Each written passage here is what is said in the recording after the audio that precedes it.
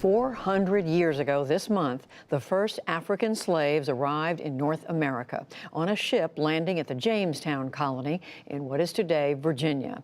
Our economics reporter, Paul Solman, looks at the question of reparations, what America might owe to the descendants of these enslaved people. The subject has been gaining increased attention, even coming up in this week's Democratic presidential debates. It's the latest in our regular economic series, Making Sense, and also part of our Chasing the Dream series on poverty and opportunity in America.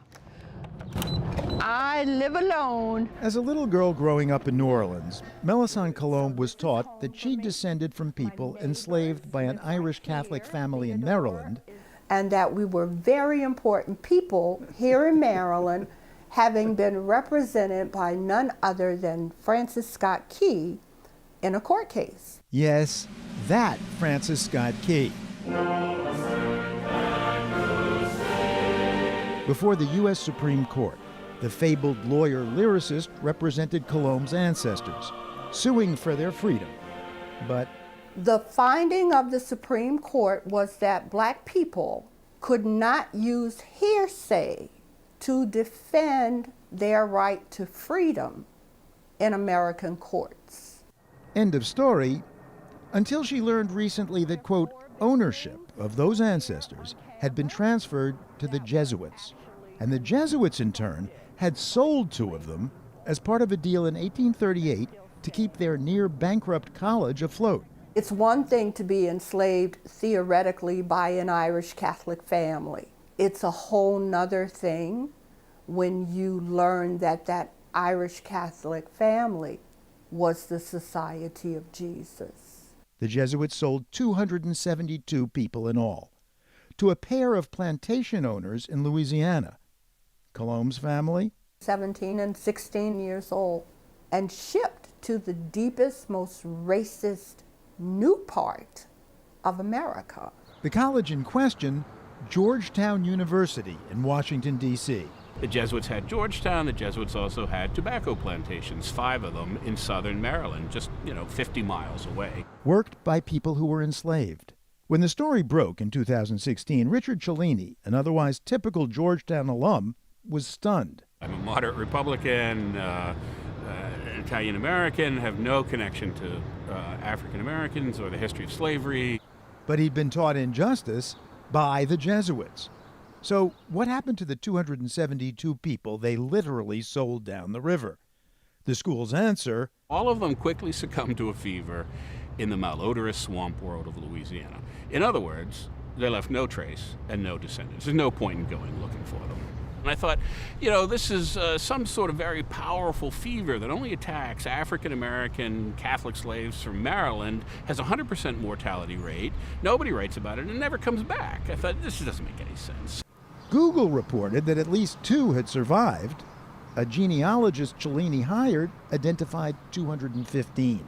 And of their descendants, we estimate that more than 4,000 of those are alive today. Their ancestors saved Georgetown. So naturally the question is, what do we owe their descendants? From the billions and billions of dollars that today is the collective net worth of Georgetown University and the Maryland Jesuits. There are goodness knows how many institutions in America of which the same thing could be said, no? Georgetown is a unique case. It's ground zero for the institutional reparations debate. This building was built by slaves, and this building was built by slaves as well. Georgetown, which was already in the process of renaming buildings to atone for its historical ties to slavery, also decided to make some amends to descendants, offering legacy admission status and scholarships to academically qualified descendants. Tuition, room, and board cost about $70,000 a year. I thought about it long and hard before I made the application, because it was just a wave of so much emotion. The 65-year-old retired cook is now a rising junior. Do you support reparations for slavery? And reparations on a scale far greater than Georgetown's is a rising issue in the presidential campaign.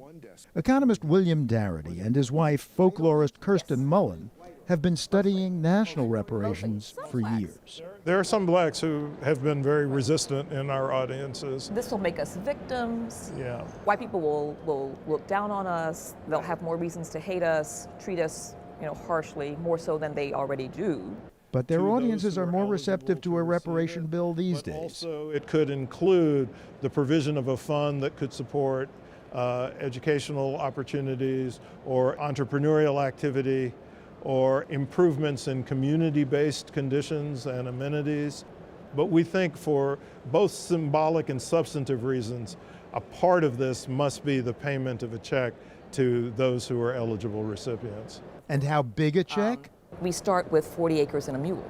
That was the promise that was never fulfilled. A promise by Union General William Tecumseh Sherman to confiscate a huge swath of the Confederate coast and redistribute it as 40-acre plots to the newly emancipated.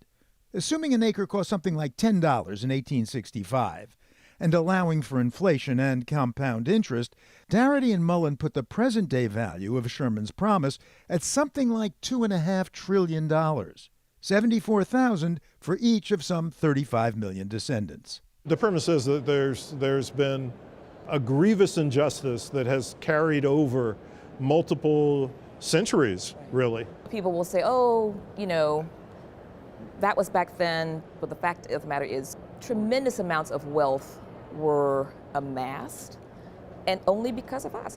But is there no statute of limitations on historical injustice? Well, there's no statute of limitations if those injustices are still being- wreaking havoc. Right. The fundamental problem is the inadequate set of resources that blacks can transfer from past generations that creates the racial wealth gap.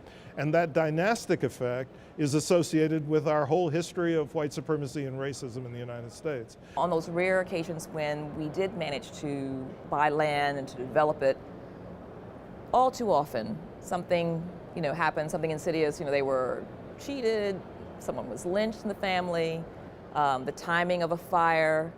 But of course, not everyone agrees. You've been teaching at Brown for years. Economist Glenn Lowry. And Brown, like Georgetown, like Harvard, like Yale, was built to some significant extent by slaves, no? Yes, that's certainly true. The Brown family fortune did have a lot to do with the slave trade.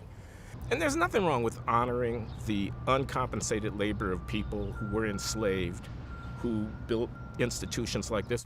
But a national law.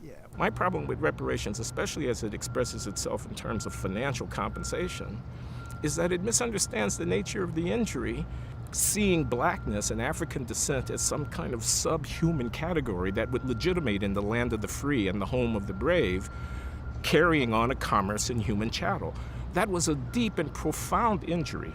It can't be made into a piece of cash. But you're an economist. The legacy of slavery passed down from generation to generation, hampering, handicapping the progeny of those who were enslaved.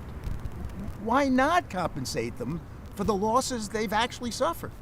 I don't want my country to take 35 million people and so see them as mainly the descendants of slaves. 150 years? It's a very, very long time to nurture that dimension of my identity at the expense of every other aspect of my identity. African Americans like myself, we're doing fine. This is a great and open society, and we have been finally, and in the fullness of time, allowed to prosper. Those who are poor are poor. Their poverty needs to be confronted. There's no justification for giving increased attention to their poverty at the expense of other Americans' poverty. You mean there's no difference in the legacy of a poor African American and a poor white in this country? No difference worthy of our political attention. Lowry has no problem with the proposed fix at Georgetown. Students there have voted for an added fee, $27.20 per student per semester for the 272 people sold, to be paid to descendants. The university has yet to approve it. And the idea here is reparations should be made to the descendants of the people who were sold to keep the institution going. I have a little bit of a problem with the word reparation. Black people can't be repaired in the midst of a broken white society.